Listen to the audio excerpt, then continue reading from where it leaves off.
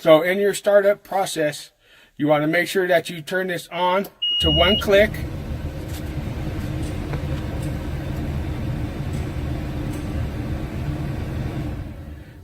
You got to let it go through its cycle. Then you want to turn your MDC box on.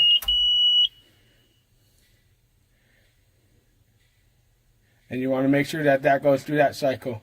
Since this is your engine, your drive engine, this is your rear engine. So you always want to turn this one on first because that is the furthest from you. And when your windows are rolled up, you won't be able to hear it sometimes.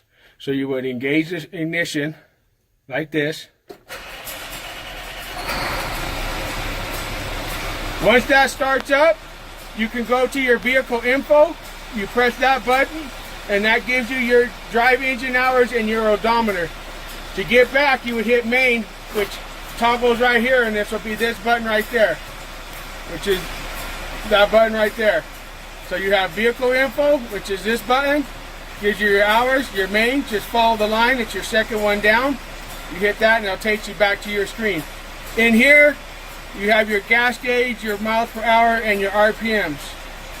If you do get the def button, which is up here, and I can show you a picture of it in the video, you will get it up here. In order to get rid of that, you can either, if it pops up while you're in operation, you can downshift your gearbox, which is located on your left-hand side using the arrows, and the down arrow until you get into gear 3.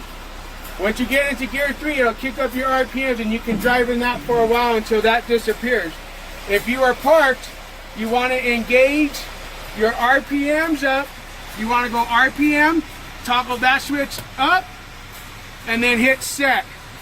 If it shoots up really high, all you have to do is hit the resume down one button and it'll drop down into the correct RPMs, which is right around 1200, just right above it.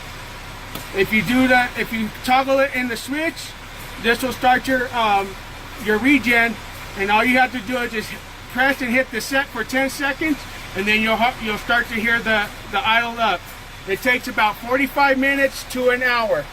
You do not want to ignore that because the equipment will shut itself down. To start your rear or your Broom engine, you have your buttons right here, you have your RPMs right here. You press and hold this until your engine starts. Once your engine starts, if you want to turn your RPMs up, you hit select item until this is highlighted, and then you use your arrows up or down, depending on where you want your RPMs. If you're traveling through the yard or if you're traveling right out to the airfield, you want to be at above 1200. Just so that way it gets the hydraulic fluid going. When you're getting ready to go into operation and you need to turn on your Broom and you want to adjust your Broom speed, you hit select item again until this one lights up. Some of these have percentages. You want to run it between 60 and 80%, just depending on what type of snow it is. And with the more practice you'll get better judgment on that. To clear it out and nothing happens, or if it goes away, sometimes it'll die out, you just hit select item again and then it starts the process over, and then you just have to hit that. Over here are your gauges and let you know what your voltmeter is, your temperature, and your oil pressure. And this is your Broom pressure and Broom RPMs when you actually engage your Broom. And when you go to shut down, all you have to do is make sure that this is throttle down.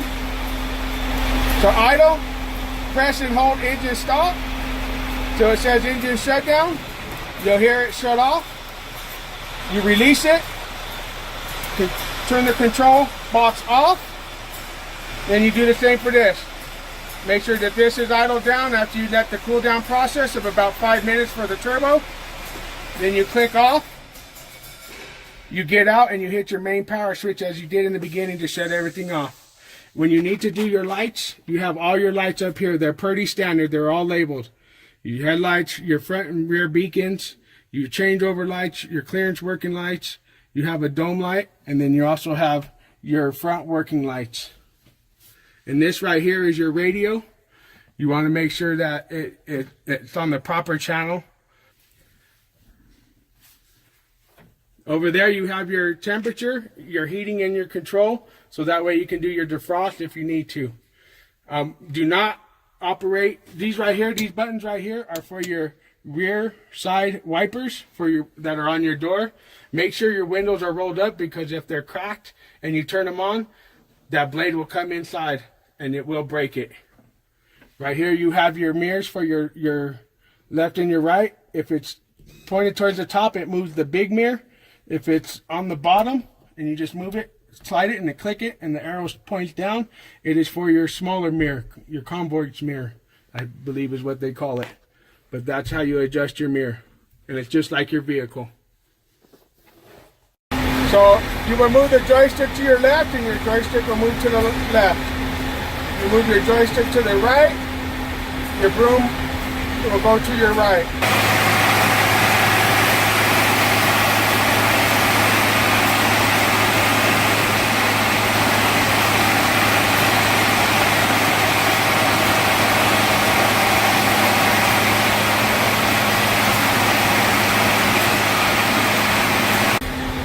Once it goes there, you want to make sure your hydraulics are at least somewhat within the, you want to make sure they're at 21 for operating procedures, but just to get a good flow, drive around, you want to make sure they're above at least 1200.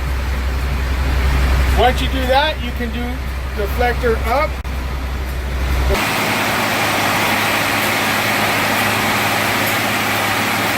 And that's where we move your deflector up. Down, and it moves the snow, doesn't shoot the snow as far. Your hood lift, you press it and you hold it until your hood lifts up and it dumps the snow. There is a little pause, so you want to keep holding it till it all the way goes up.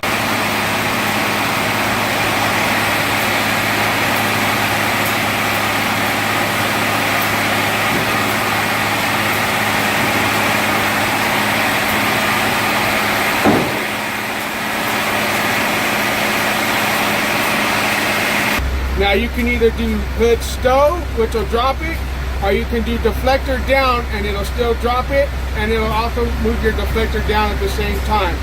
Either or.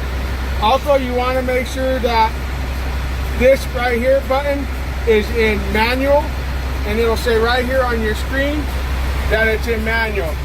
Also, you'll notice that you have two indicators that let you know that your broom is up or if your broom is down. And then this one should be working to let you know that it is to your right or to your left. Right now I just have it in the center, so neither one is on. Another thing is, here is your on and off broom button is right here. So if you do need to make an adjustments outside in the field and you're not in an area where you can do it from the outside, if you go into menu, you hit menu, you highlight settings, hit select, or you move it up and down, but you want settings, hit select, you'll see that it's in blue. You want to hit select item until you see pattern. Now you can increase and decrease your pattern out on the fly if you need to using these red buttons. Mind you, if you do increase it, you get 3 to 4 adjustments, then you have to lift the broom slightly up, and then once you put it back down, you can have a couple more adjustments. It's not in the case on all of them, but you can have some adjustments. Now mind you, Fleet has put in a safety device so that we do not burn our brooms, so you may only get 3 adjustments, so be cautious. And it takes 1 hour of broom cycle, not you running for an hour, but the broom actually being on for an hour before you're able to make another adjustment.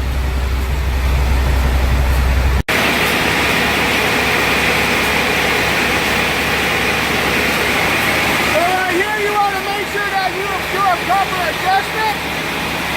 You want to drop it down?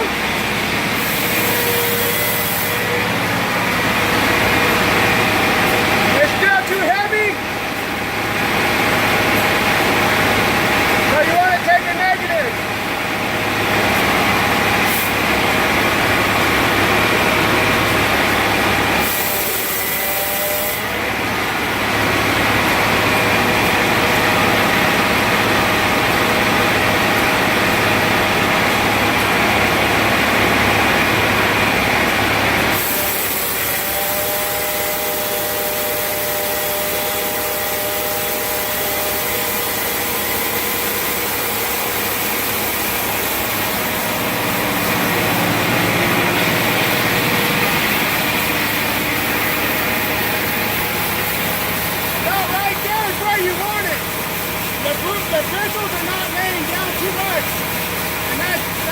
kind of a little heavy, so you can even take less than that.